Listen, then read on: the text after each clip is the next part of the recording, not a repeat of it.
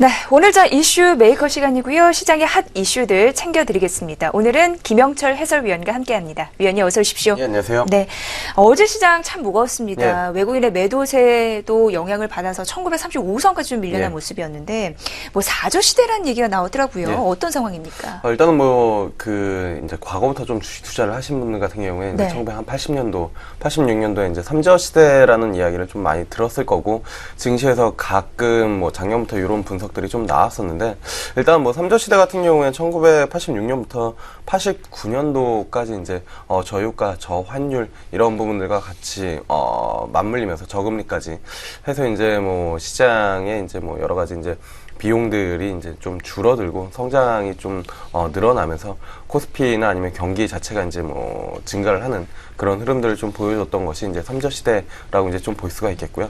앞서 말씀드린 그 기간 동안에 사실 코스피 수익률 같은 경우가 한 58% 정도가 올랐습니다. 물론 이제 그때랑 지금이랑 이제 상황이 좀 다르다라고 이제 이야기들이 좀 나오면서 사저 시대에 대한 이제 코멘트들이 좀 나오고 있는데요. 뭐냐면은 삼저 앞서 말씀드린 저유가, 저환율 그리고 저금리 거기 이것만 놓고 보면은 사실 경기 자체에는 긍정적인 요소로 좀 작용을 할 수가 있는데 기본적으로 고성장이 아니고 저성장이다 보니까 앞서 말씀드렸던 그 세 개의 그 요소들이 시장에 긍정적으로 작용을 못 하고 있다라는 부분들이 시장에서 좀 제기가 되고 있는 부분들이거든요.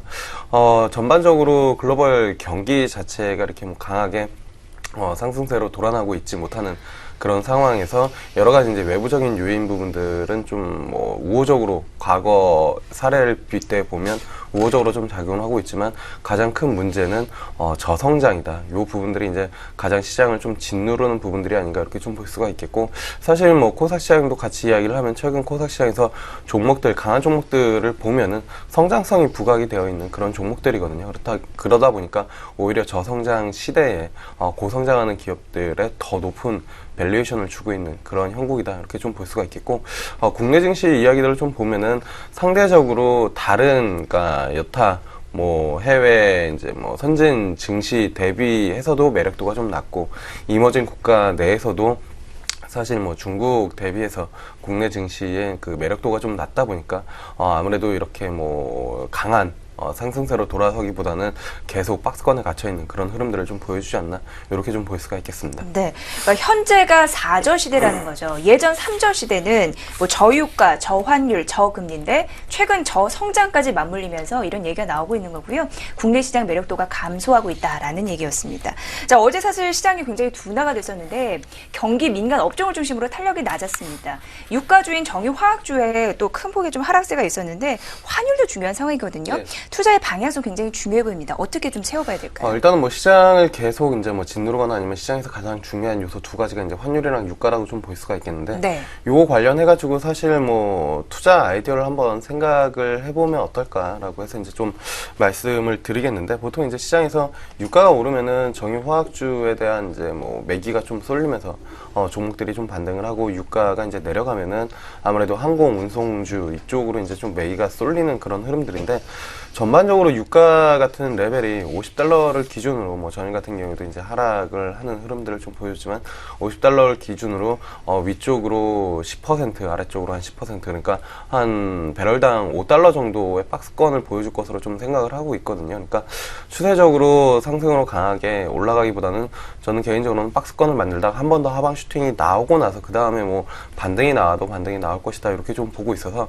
일단은 박스권 안에서 투자 전략은 상단에서는 이제 유가 관련주들을 사는 게 아니라 오히려 유가 상승의 피해 업종을 유가 상단, 그러니까 50불 위쪽 55불까지 이제 뭐 분할로 매수를 하고, 거기서 이제 유가가 돌파하지 못하고 다시 내려오면은 분명히 이제 그 유가 하락으로 오히려 또 항공이랑 해운 운수 관련 업종들이 좀 수익률이 좋은 흐름들을 좀 보여주거든요. 그렇기 때문에 상단에서는 오히려 정유화학주를 팔고 항공 운수주를 사고요. 그리고 $50 아래에서는 오히려 이제 항공 운수주가 이제 뭐 종목들이 움직이면은 그런 종목들을 매도를 하고 다시 정유화학주를 매수하는 그런 이제 박스권 트레이딩 전략을 좀 취하시는 게 좋지 않을까. 여기서 중요한 거는 유가가 상승했을 때 정유화학주를 사는 게 아니라 유가가 상승했을 때 오히려 조정을 받는 항공이나 운수주를 사는 전략이 좀 유효하지 않을까 이렇게 좀 보고 있는 부분들이고요.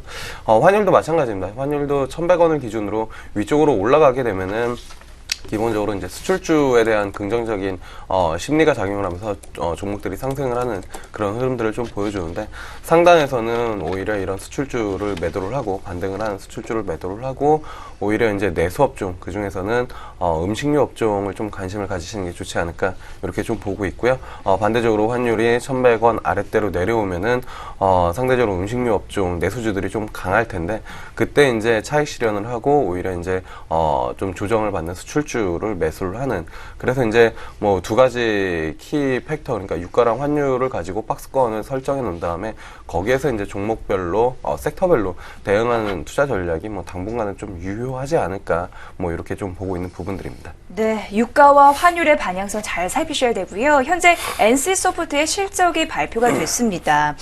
잠시 좀 말씀드리면 4분기 매출액이요, 2,351억 원으로 전년 대비해서 11.96% 증가했다라고 발표가 됐는데요. 조금 후에 위원님과 좀 더 자세한 이야기 나눠보도록 하겠습니다. 자, 어제 코스닥 시장 주춤했는데 이제 가장 관심 있게 지켜본 종목들이 실적에 따라서 희비가 엇갈렸던 그런 종목들이었거든요.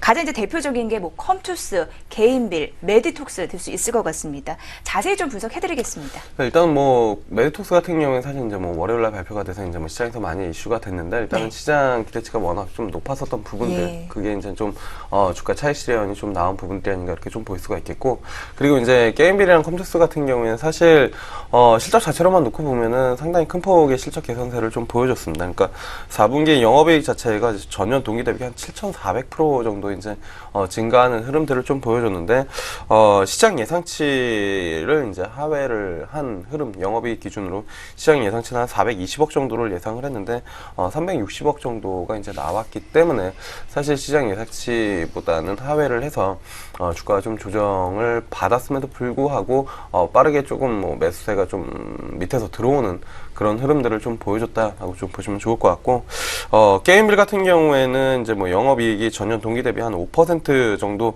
이제 증가를 했는데, 이 역시 이제 예상치가 한 45억이었는데 영업이익이 19억이었거든요. 그래서 상대적으로 그 컴투스보다 이제 뭐 그 예상치에 훨씬 더 미달하지 못하는 그런 흐름들을 좀 보였다. 그래서 상대적으로 그러니까 뭐 이제 하락을 했을 때 매수가 들어온 게 게임빌보다는 컴투스 쪽에 매수가 좀 더 들어왔다.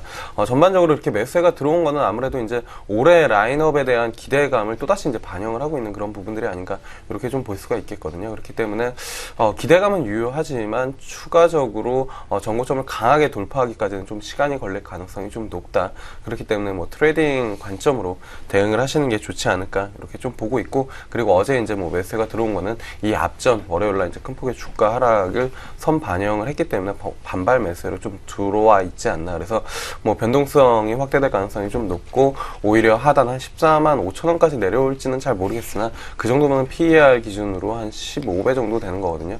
그 수준에 오면은 뭐 매수하겠지만 지금 같은 경우에 정말 트레이딩 잘 하시는 분들의 영역이 아닐까 이렇게 좀 말씀을 드릴 수가 있겠습니다. 네, 자, 코스닥 시장에서의 실적주 점검을 해드렸습니다. 자, 오늘 시장의 핫 이슈들 잘 챙기셨죠? 지금까지 오늘장 이슈 메이커였습니다.